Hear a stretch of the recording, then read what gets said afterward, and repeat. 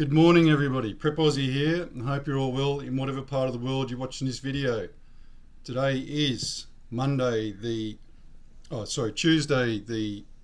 26th of the 3rd, 2019, and the time here is 09:07 Australian Eastern Standard Time. Well, folks, as you can see, I have a treat for you today. I have an interview with David Morgan of the Morgan Report. Here's David's website, the Morgan Report. I'd highly recommend that if you don't listen to it, read it, whatever, then I would severely advise you to do that. David is a guru. There's no two ways about it. He's a financial man. I'm a financial hack, and it's good to have him back on. G'day, David. How are you? I'm well. Thanks for the kind words. Appreciate it. No, it's my pleasure, mate.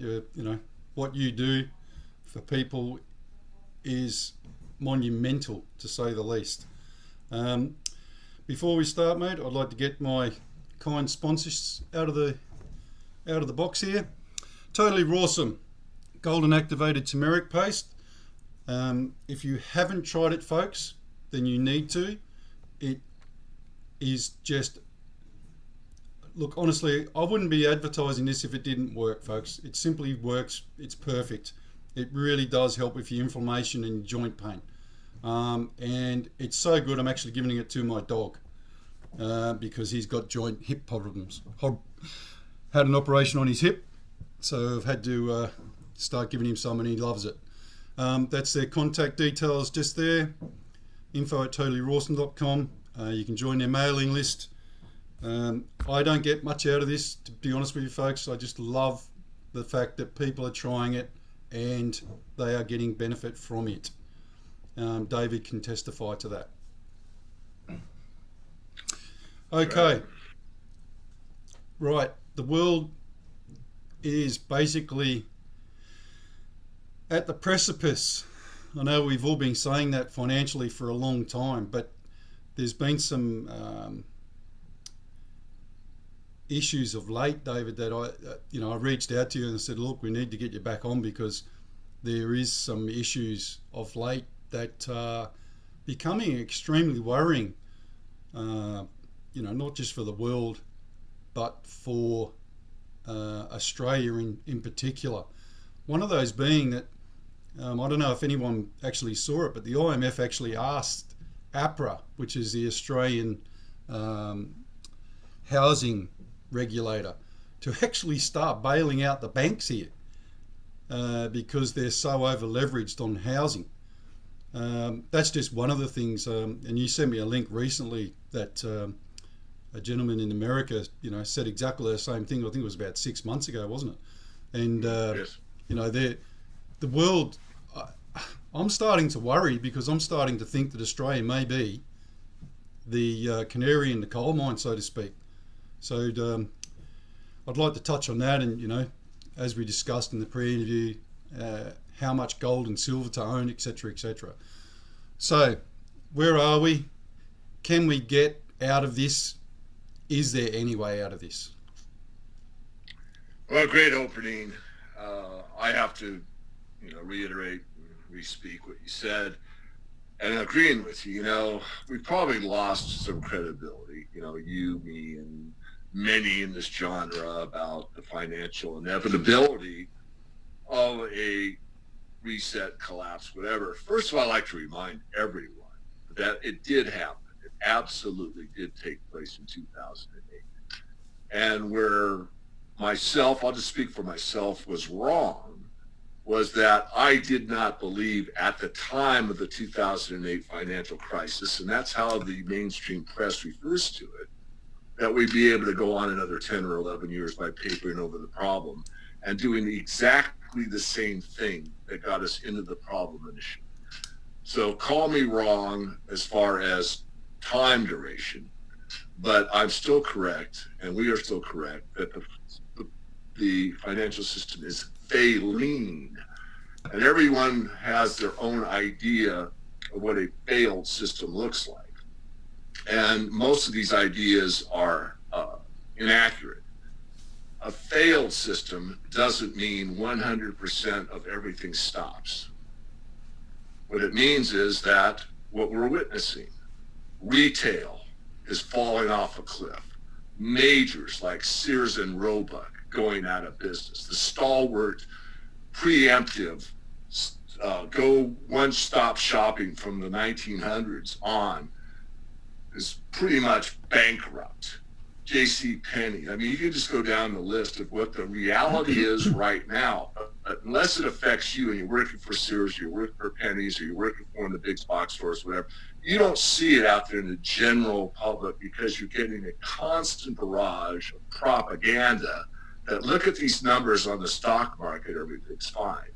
Now let's shift to the real estate market.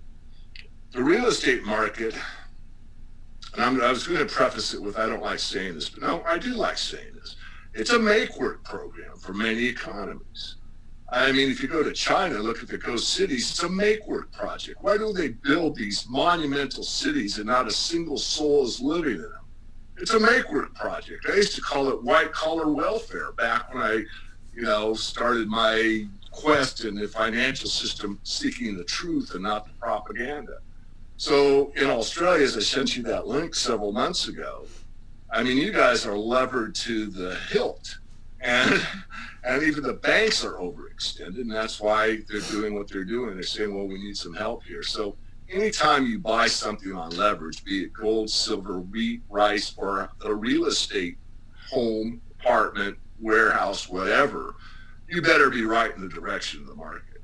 If you're betting it's going up and you're wrong, leverage works both directions, up and down. And I'm afraid the Australian market is going to find out that that is a lesson that maybe some haven't learned yet. A couple of things I want to touch on there that you mentioned. Did we ever get better?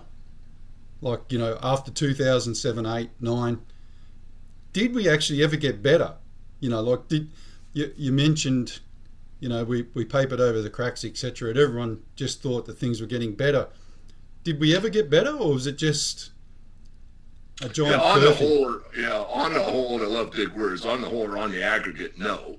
On an individual basis, yes, some companies actually saw the errors of their way, cleaned up their balance sheets, saved cash, paid down their debt, and are better. But those are rare. Generally speaking, as I said earlier, I want to emphasize it because it really is important, that we took the same exact problem that caused the financial crisis and just did more and more and more of it. That's generally what happened, and that's the general trend. And that's why people that are on Greg Hunter's show and your show and SGT and all these other channels are saying exactly the same thing, that the next one is not going to be 2008. It's going to be worse than 2008 because they made the problem worse.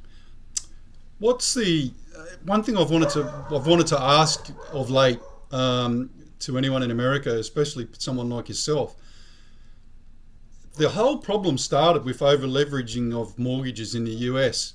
That was just a small part of it, but it was the overriding thing that tipped everything over the scales, so to speak. What is has the US gotten worse in regards to their mortgage leveraging?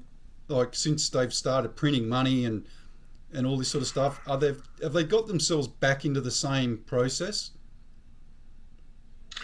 Yes, they have. I don't have any numbers in front of me, and I don't like to speak off the top of my head, but I will so people can critique me. When it first crashed and the real estate market was more or less mark to market, and then a lot of hedge funds came in with cash and bought properties at reduced prices, thinking they were very, very smart. What they found out within a couple of years were that they had only paid fair market value and they weren't really going to make any money on these projects. So they're basically static investments. They're not going up, they're not really going down, but they're not doing anything. And hedge funds always want to leverage everything that they touch. That's part of the answer. The other part of the answer is, yes, certain aspects and areas of the real estate market in the United States has gotten probably just as expanded as it was. Now, are the mortgages as crappy as they were during the 2008 financial crisis? The answer to that is no. The banks have tightened up the credit requirements, and they're not just giving willy-nilly loans to anybody that can fog a mirror. But as far as the overall picture, I wouldn't say it's as bad as 2008, but it's close to it. Do you want to hear something scary?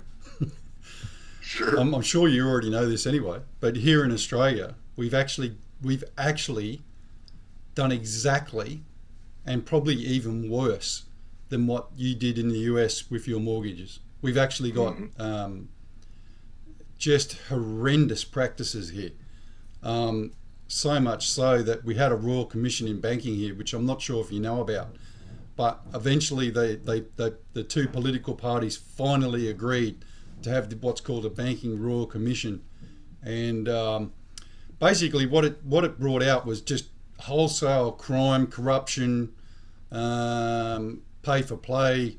It was just shocking. I think before it even finished, they had to pay back, something like $20 billion. That was before it even finished. This was the four major banks. One of the big overriding things that came out of it was, it stuck in my mind, was the mortgages were given to people based on turnover. So if the bank wanted a bigger, shareholder turnover, then they just actually gave out more mortgages.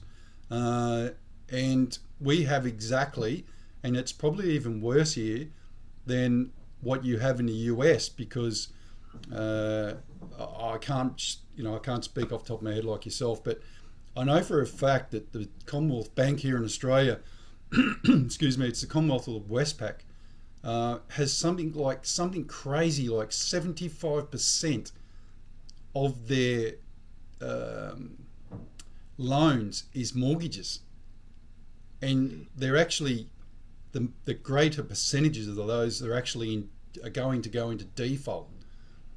And this is why I wanted to talk to you today, because how does that play in the grand scheme of things as regards to these banks, remembering that our big four banks individually don't really equate much to the global economy, but all four of them together have a bigger spreadsheet than Deutsche Bank. So if one goes, they all go, sort of thing. So how does that play out in the whole world at the moment, mate? I'm going to answer your question. Hopefully I'm going to do a good job. I'm going to kind of do it in reverse. So let's look at the real estate market, as I said earlier, as a make-work project. Why? Well, because if you start to build an apartment project or a shopping center, or just say residential housing, it has a spillover effect that's phenomenal. Why? Well, because not only are you hiring contractors for electrical, plumbing, roofing, carpentry, you're also getting carpet layers, tile things, cabinet makers, and then you're getting furniture, you're getting draperies. So there's this huge mass of employment that goes from top to bottom just by building a single family home. There's a lot of other, let's say, auxiliary economic activity, because people that buy a new home want to buy carpets, so all that stuff. So now let's work that in reverse. So what happens when there's too many houses, or they can't be paid for, or there's defaults? Well, it goes in reverse. You're going to see the banks fail, the carpenters out of work, construction companies going out of work, the drapery companies out of work, the carpet companies out of work, the cabinet makers laying off half of the staff, and on it goes. So again, it's leverage working both directions. And the further you pull that rubber band, the further it will snap back. And this is what you guys are facing in Australia. And I just wanted to add on, you didn't ask me, but in the U.S., we have got massive student loans that aren't being paid, massive amount of auto loans that have been similar to the financial crisis 2008 setup, where, oh, well, you really can't afford this car, but we'll stretch it out for 7 years, sign here, make repayments, and now it's going to be repossessed. That's a huge thing. And then there's credit card defaults. So this credit bubble is bursting. Again, that doesn't mean everything stops. What happens is we are witnessing, and I'm repeating myself, is you see massive changes in the economy. Something like a Sears is a bankrupt company. Something that's important or has been, a pillar of the economic system for a long time goes goodbye. And that's a sure sign that things are bad. Look at the auto industry. BMW's stock price fell off the cliff. Why? Because they missed their targets. How many people, one, can afford a BMW? And secondly, they're producing them, but nobody's buying them. And this is a sure sign that the global economy is failing right now. Does failing mean stop? No, but it means, as I said, look at the stock prices of some of these better known auto manufacturers, and look at a lot of segments of the economy. And you can't blame it all on Amazon. I don't buy that argument that, everybody's okay because Sears and Penny's and all these box stores are out of business because they're all buying on Amazon. That's really not true. In fact, the velocity of money continues to slow. People either are broke, can't spend anything. What they do have, they're buying necessities only. And people that are lucky enough to have disposable or excess cash or savings are holding on to it for dear life because they don't know which way the economy is going to go. So they're afraid to spend it. Mate, it's and I guess this is pretty well the same in most countries. The share of GDP for the construction industry here in Australia is 8 to 9% of the GDP of Australia. And there's some people that are extremely worried at the moment. There was a good article on this the other day explaining that snapback that you're talking about. There's people getting put out of work in droves, construction companies going under. There's literally thousands, and this is the real, this is the thing that's not being reported here in Australia too much. There's literally, and it reminds me of Florida and Florida is and what's the other? California. There's literally apartment after apartment after apartment that either is finished, unsold, or under construction, and it's just shut up. Like they cannot sell these anymore. And part of the big problem is that we had an over-reliance on China, and China pulled the plug and said, no one's allowed to take money out of the country. It was a twofold thing. They were over leveraged anyway, but it was a twofold thing with China. And I'd just like to know, or I'd like you to tell everybody, where does China sit in all this? Because in my mind, the Western Australian economy here in Australia is based mainly on mining. In the last couple of months, China's pulled the plug on coking coal, and they're now saying that they're not going to get any iron ore either. So our economy is literally just going to tank, as you just said. The snapback's going to be just horrible. And it just seems to me like people aren't paying enough attention to what's going on in China. Yeah, it's a very important topic.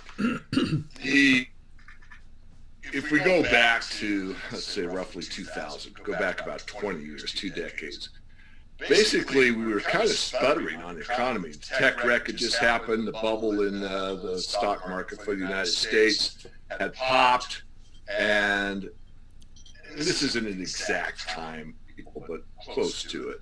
But basically, China caught the Keynesian disease that you could print wealth. All you got to do is spin up these, and caught the Western banking system. Not that they weren't employing it, but they really were kind of forced or pushed or enticed, or whatever word you want to use, to implement deficit spending or government control, would be a better way to say it, because they're a controlled economy.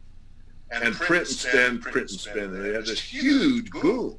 And the boom was based on the printing press, really. And with printed money, initially, you can use it for pretty decent purposes. So what happened? You had a huge mining boom. You had, raw materials being sought after: copper, lead, zinc, iron ore, concrete. I mean, massive amounts of infrastructure took place in China from 2000 to more or less present day. But no tree grows to the moon. Basically, it got overbuilt, over-leveraged, misallocation of capital. They could print more money, but what do you buy with it? Well, you build a ghost city or 2 or 3. and you make work projects, as we've already discussed. So now China's running out of steam, and they've got a big problem because they've got over 1 billion people. And a lot of them have gotten accustomed to a higher living standard, and they don't want to see that go away. So they've got some interior problems. And of course, they're taking care of social credit and all that, and we can go down that road later if you wish. But the point is, it is contracting. They are more dependent on a ever-expanding situation, which they are not. They are contracting, and they've got a lot of internal problems. As you said, backing you up, because you're totally correct. It's basically the sinkhole for the mining industry of Australia. I mean, you know this, but most don't, even those that follow my work in the mining. I mean, we're looking at two of the biggest stalwarts in the industry are Australian. You've got BHP, Broken Hill Properties, Billiton, and you've got RTZ. I mean, you've got two of the biggest conglomerates of the mining industry on the planet.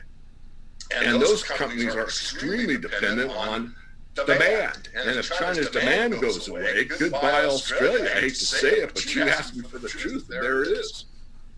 That's a very scary. I'm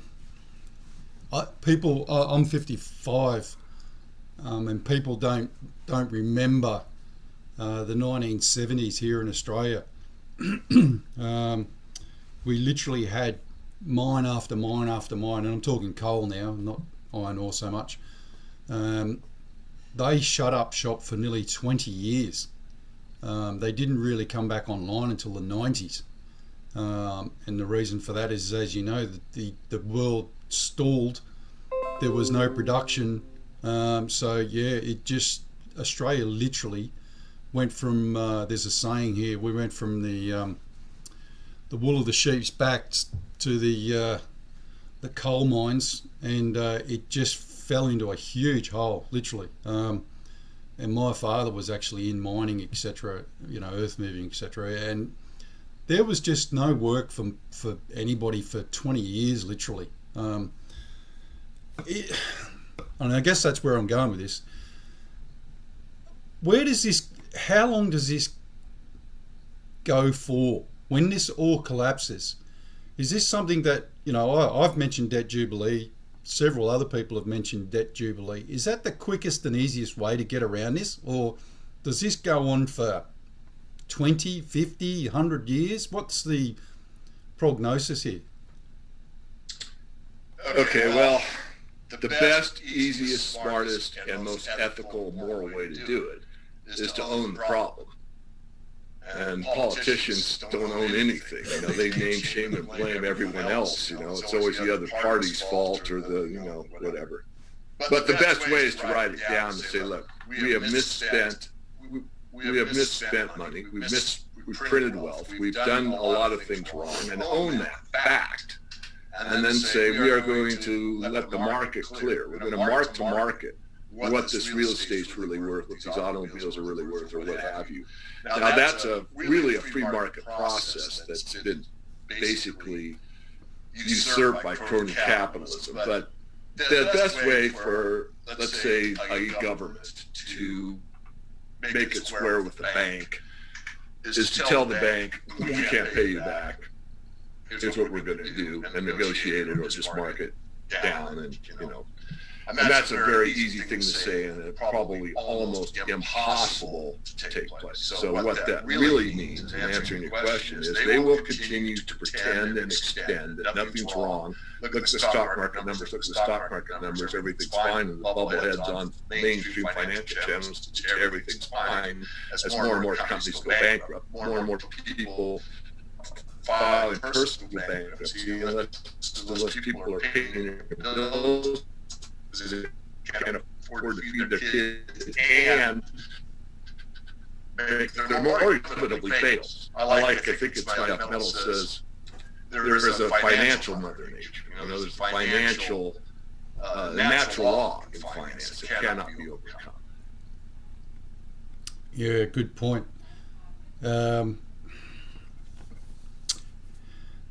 The scary thing here is, if, and we mentioned this in the pre-interview, there's people that obviously are aware, we're obviously aware. That's why we're doing this, because we're trying to awaken other people. Is in this part of the interview, I'm sort of leaning towards that one person who's just realised something's wrong, and he's clicked on this interview and he's listened to us and he's going, oh my God, this is just so left field. I can't even wrap my head around it.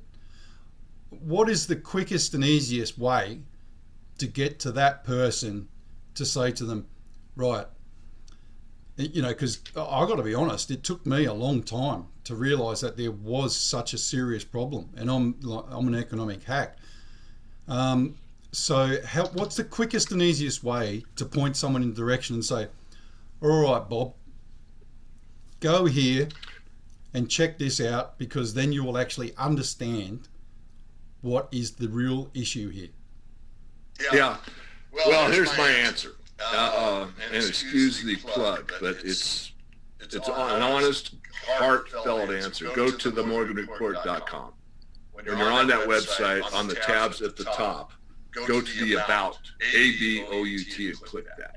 To see my handsome face. I'm joking. Scroll down, and there is a documentary called Four Horsemen. Click that. It's an hour and a half, and watch that film.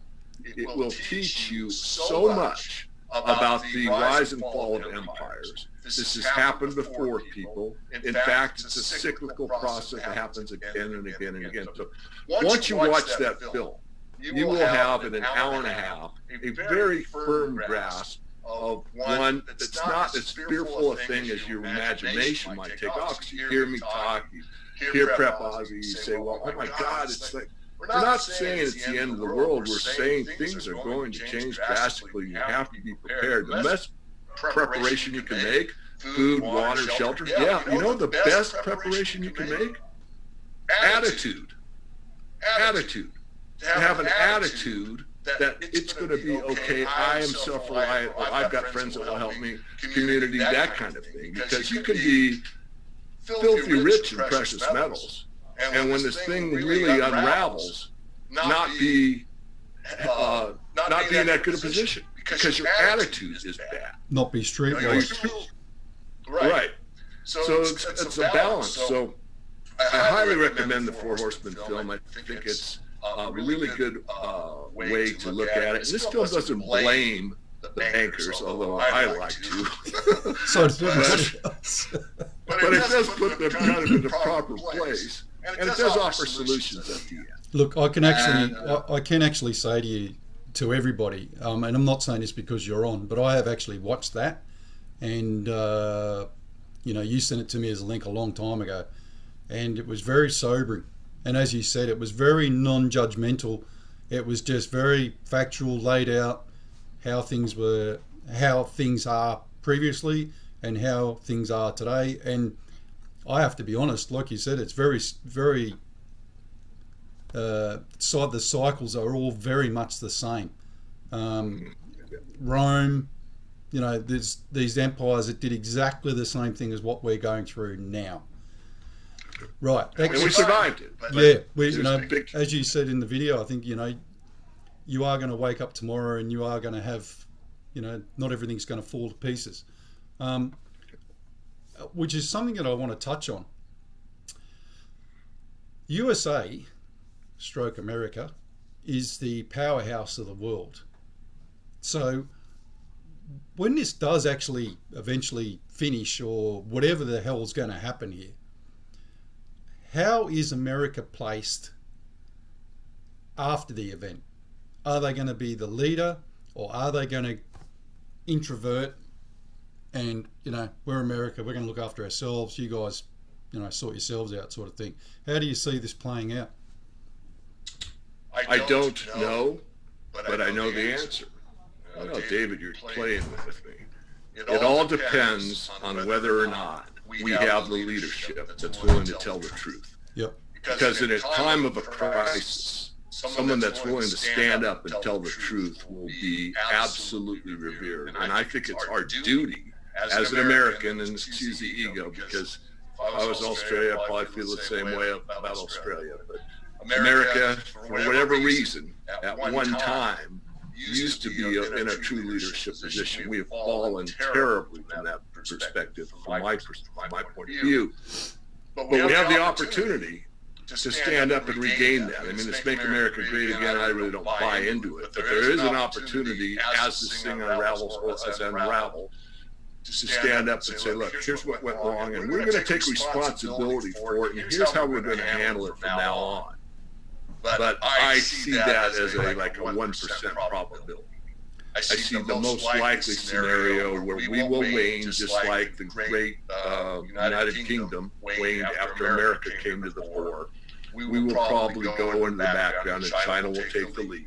And unfortunately, and I'll look you in the eye, what that means is we're going to see this more top-down, controlled economy where everyone's got a social credit score and you either believe what the government tells you to believe or you're left out in the hole. And that's the kind of world I want to live in. That's the kind of world I want my kids to live in. And that's the kind of world I am going to accept. I'm going to do everything I can with interviews like this and whatever breath I've got left for the rest of my life to fight against that. Because to me, that's not living whatsoever. You can't have freedom. You can't go where you want to go, say what you want to say, and be who you want to be. But what the hell's the purpose of being here on this planet? Yeah. Look,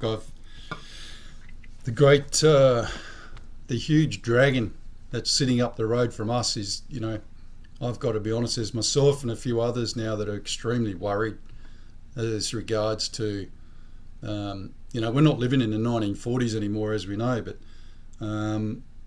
China's building air bases and, all this sort of stuff just up the road from us now in the South China Sea. The first thing, my great worry and expectation is that America will become automatically introverted. Someone might lob a bomb on America, then all hell will break loose, etc. But that's the worst case scenario. And they literally turn around and say, you're on your own, Australia. The first thing that's going to happen, as we all know, is that China will literally come here and take over the country. Mainly because of our resources, our farmland, etc. That's just. I'm only saying that because that's what I'd do. If I had any brains, that's what I would do. I would literally take. We're in Asia. We're not in We're not in Europe. We're not in America. We're in Asia. So it just makes common sense that if you've got a big, huge war machine sitting up the road that's hungry for resources and food, etc. And as you said, they've got 1 billion people to feed. Well, they are literally going to come here and take over this country. There's no two ways about it. So I've already advised everybody about that. And, look further afield than just being so introverted in Australia that we're just going to make it up as we go. We're not. Right. That gets us to the next phase of this interview, I guess.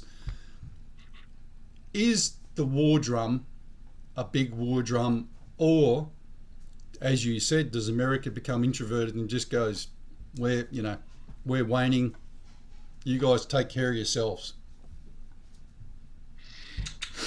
Boy, that's really difficult to answer. I mean, first of all, I don't think anyone really knows. Does America have the best war machine? And the answer could be, as far as hardware, yes, but we really don't know because there's asymmetrical events. I mean, if you've got a shoulder sling that can fire a rocket and take out a jetliner, you've got something that costs next to nothing compared to what that jetliner is worth. That's asymmetrical warfare. Or go back to Revolutionary War. I mean, the British troops are dressed in red, marching around because they're on behind trees. That's asymmetrical warfare. So I don't know. I suspect this is intuition that Russia is ahead of us in electronic war. And whether or not China has that technology or not, I don't know. Could be to be determined. But it isn't necessarily who's got the biggest bat or who's got the biggest gun. It's who's the smartest in warfare. The main thing I think that we really got to look at that no one really talks about is cyber warfare. I think the next one could be taken out without a bullet being fired. If we were able to take down the financial system in the United States for a week, what's a cyber warfare event coming through the Anglo-American Empire, taking out London and Washington, D.C. and New York. probably wouldn't have to fire a damn thing. And then what you could do, this is hypothetical, but I believe this is important to discuss because I believe this is how it could happen. You would get, that email or the carrier pigeons, brings a piece of paper to the Oval Office that says, we will release your cyber attack if and only if you meet certain conditions. And you can imagine what those would look like. But if your commerce has basically come to a halt and all your banking system and your financial markets are closed down because of cyber attack, what the heck would you do? So I think we've got to think outside the boxes, who's got the biggest bomb or, what do they call it, mutual assured destruction, MAD, and all this stuff that I grew up with in the 60s, 70s, and 80s, and, the stealth bombers and the stealth fighters and laser-guided bombs and all the stuff that exists. But I think it's a cyber attack that we have to worry about more than anything else. And again, very few people even consider that or talk about it. But I think that's the way that the future war could go.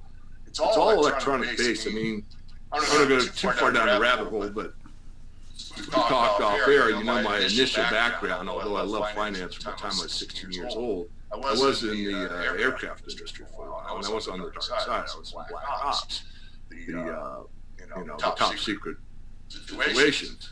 And I had a comment in the ELANT clearance. This is communications intelligence and electronics intelligence. So believe me, it's all about ELANT, electronic intelligence.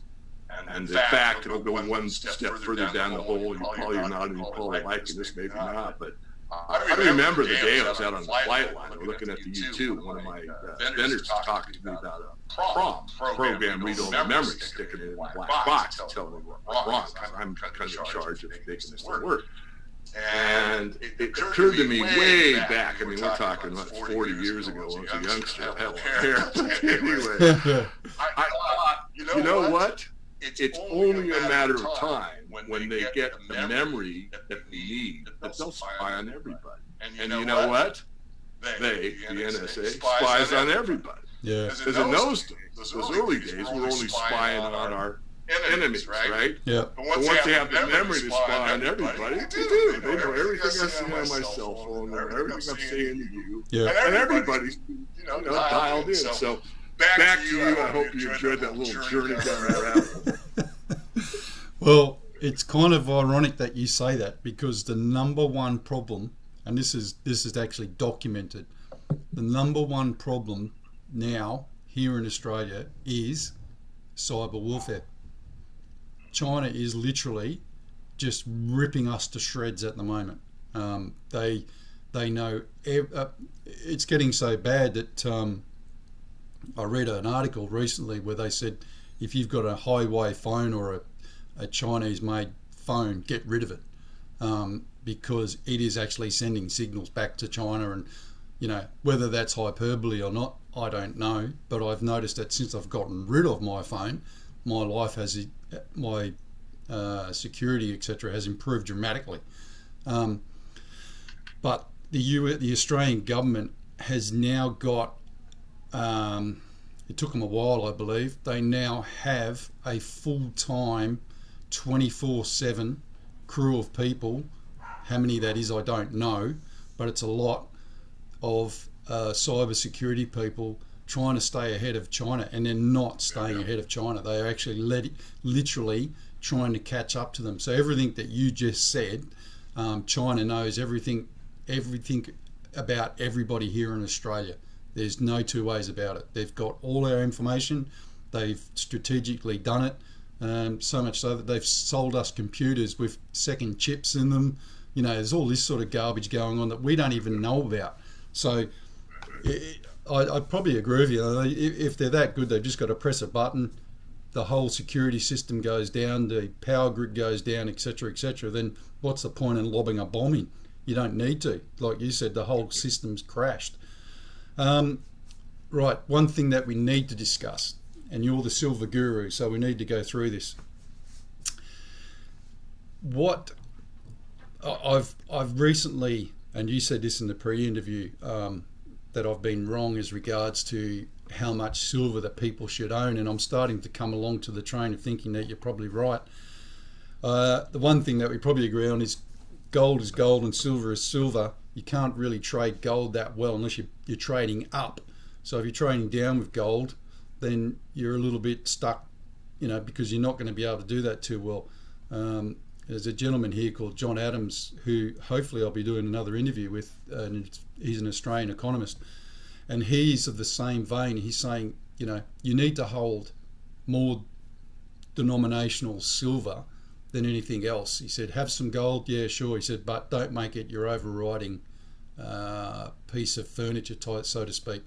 Would you like to expand on that, mate?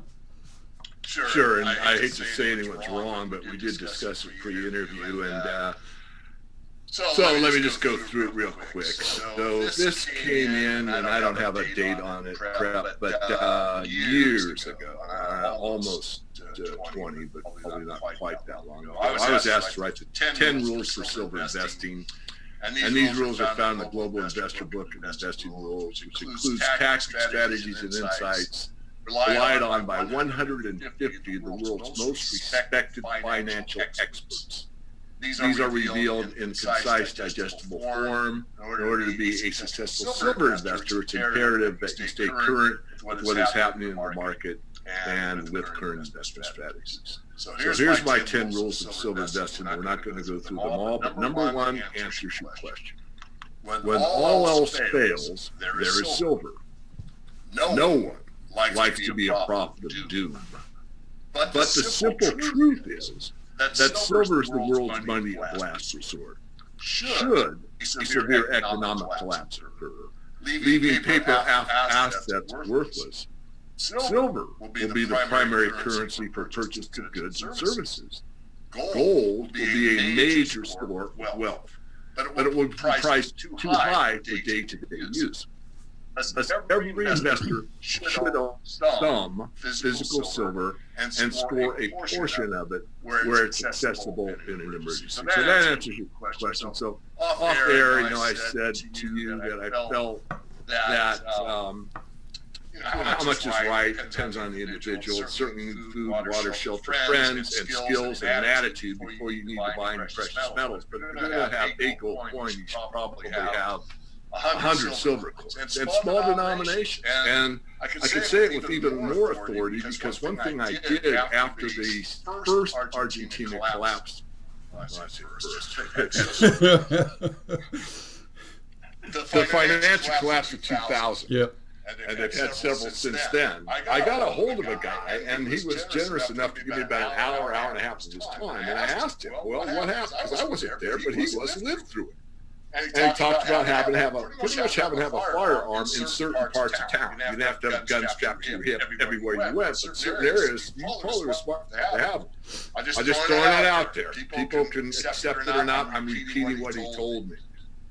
He said silver was very useful, especially jewelry. Now, I've thought of that in the States, and maybe Australia even better than I. I've only been there once, but I think coins will still be your best bet in the States. But in Argentina, silver necklaces, earrings, rings, that kind of thing, were used as barter, especially if they're stamped like sterling .925 fine silver. So yes, it is useful. Yes, it is used in barter. Yes, what I wrote about when all fails their silver is true. How much is the right amount? I don't know. I would recommend for most people of modest means, probably. And I don't know the conversion on the Aussie dollar right now, but in U.S. terms, $200, $300, $400 worth of silver is probably enough. I mean, it's not like you have to have piles and piles of this stuff. But when you said, have 1 gold coin and 2 silver coins, I kind of, wait a minute. You might need more than that. Silver coins is going to get you gas and some orange juice. You might want more than that. It was with the caveat, that sort of thing, that you had a gold necklace, gold earrings, and everything else. You know what I mean? I was kind of, a bottle of vodka, something else that was palatable. My biggest, and you can actually help with this, is there's 2 things that I worry as regards to people having too much silver or gold, is security and transporting it. It's got to be movable. So if you've got, you've got 10 kilos of gold, for example, not are you filthy rich, but, how are you going to get it anywhere, or how are you going to secure it? Can you just touch on that quickly? Sure. I mean, that's why gold or platinum is so useful, because you can put most people put their life savings in their two jeans pockets in gold, and no one would know the difference. And you can walk out of the house. That's how valuable it is per unit volume. I mean, it's a hell of a lot of value in a very small volume. Silver's not the case. You get too much for your money. You get like 80 times the volume. So, there isn't a right amount, but I've thought about this as much as anyone probably. So if you go back to that movie, the Four Horsemen film, and you look at the Roman Empire and what silver was worth back in those days, most financial planners will tell you should have 6 months worth of cash on hand. Well, 6 months worth of cash, if we went back to the value of silver back in its historic times, that'd be 1 to 200 ounces. 1 to 200 ounces isn't that big a volume. That's 32 ounces. So that's 3 of those. So imagine 3 cell phones, right? It's about the same size as my cell phone. 3 cell phones, there's 2. I own 2 phones. Big deal, okay? So 3 cell phones is probably enough silver for most people. And that would be at fair value, equal to 3 to 4 months worth of savings. Yeah. And you got 3 or 4 months worth of barter material. I would feel a lot better being on your show telling people you should have that much. But you're right. You don't want to have a room full of this, and nothing else, or at the expense of having food, or the expense of getting no skill, or a lot of other things. I'm going to rant for a moment. I know you'll let me. Some people will see the film or see your show or SGT or never hear me, but they'll get the idea about fiat money failing. And they'll get really wound up about it. And they'll go overboard. And they'll buy too much, or they'll buy at the wrong time, or they won't average in. And they'll just think, well, the only thing to own is gold. And this is not true. Nature preaches balance. So I'm with you. Don't go overboard. How much is right? Individual case. How much is right for most people? I'd say 1 to 200 ounces is plenty for most people. And think about it. Just think if we got 10% of the world's population to buy 100 ounces of silver. We can buy $600-$700 an ounce, because there's not that much available. Yeah, look, that's an important point as well, David. Look, you're buying it on the pretext of survival. If you're buying it on the pretext of the value, then I would suggest that you need to separate the two. You need to have your value pile, and you need to have your survival pile. The amount of people, this drives me insane, and it's mainly from Christian people.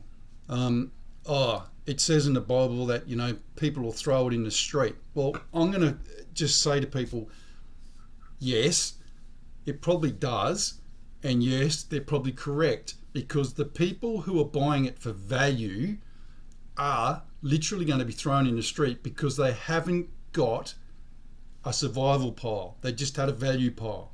The value pile, to them, they can't eat it. That's the hypothesis of that whole parable, is that you can't eat silver. But I'm sure God isn't that stupid to read the parable, have value, and then have survival. You know what I mean? It's that easy. Well, that's one way to look at it. I hope to interrupt you, but you're hitting the hot point. This is a very good book to look at gold and silver. And sorry, can you just show that again, David? What's the gentleman's name?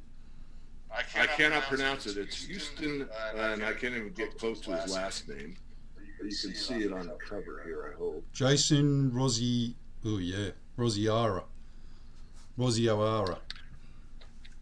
And I've asked many. I mean, I have friends that are pastors, and and there's a lot of ways to interpret it. But one interpretation I've gotten from about 3 different people that I trust and respect their opinion is that it proves that gold and silver are used up until the end. Let's say that the second coming is there. What am I going to do with my gold and silver? I'm throwing the streets. Hallelujah. Game over. We win finally, right? What do I need this stuff for? You know? So, I mean, there's lots of ways to look at this. It's only going to hold the chariot down as you get on and you're flying away. I do not buy into that's a reason never to buy it. I really believe that it will be used up until the end, whatever that means. But again, even if that's an incorrect interpretation, the idea to have enough for barter is, I think, essential. And that's my take. And I'm not backing down on that. And I don't deal in silver. I'm not a silver dealer. I'm not going to get rich. Don't call me up and buy silver from me. I don't sell it. So, I really don't have that big a dog in the fight. I'm a financial analyst. I look at the resource sector. I look at all the resources. I've even started an energy letter. You can go to Becoming Energy Boom and look at that webinar I did, about 8 hours of it, put it down to about an hour long. But I'm here to help you, and I'm here to tell the truth, and I'm here to help you help yourself, because the last thing you want to do is be reliant on Big Brother to give you a helping hand. You're going to have to rely on your own skill set and what you can offer to your community. Yeah. And this is a fact that very few people in our upcoming generation have been taught. They've been taught the opposite. It's groupthink. Don't think for yourself. Don't be a leader. Well, how many statues are there to committees? Yeah. Now, there's statues to individuals that made a change in the world, like what, Martin Luther King or some generals or whatever. And I'm anti-war, by the way, but the point I'm making is that it's an individual that usually change their thinking leadership, and everyone ridiculed until they were proven right for the most part. But there's no committees out there. There's no statues of this group that came together and voted together in this consensus BS, not against community, not against interactions with people, not against voting or any of that. That's not what I'm saying. What I'm saying is we have forfeited our human experience and dumbed it down to the point of inability to think critically and have a heart open enough to really stand up for your own convictions. That's why people like you and I actually get some views on YouTube, even though they're blocking us left and right. It's because people respect people that have some conviction behind what the heck they're doing on this planet. Yeah, no, I agree. On that note, mate, we'll call an end, because I think we've covered just about everything, and I'll say the prayers and then call it at that.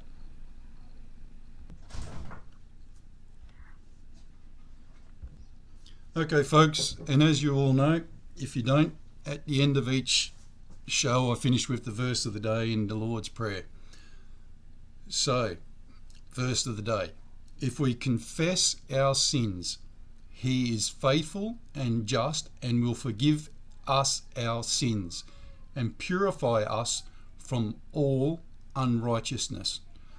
Wow. Good verse of the day after that. And as always, folks, we'll finish with the Lord's Prayer. The Lord's Prayer.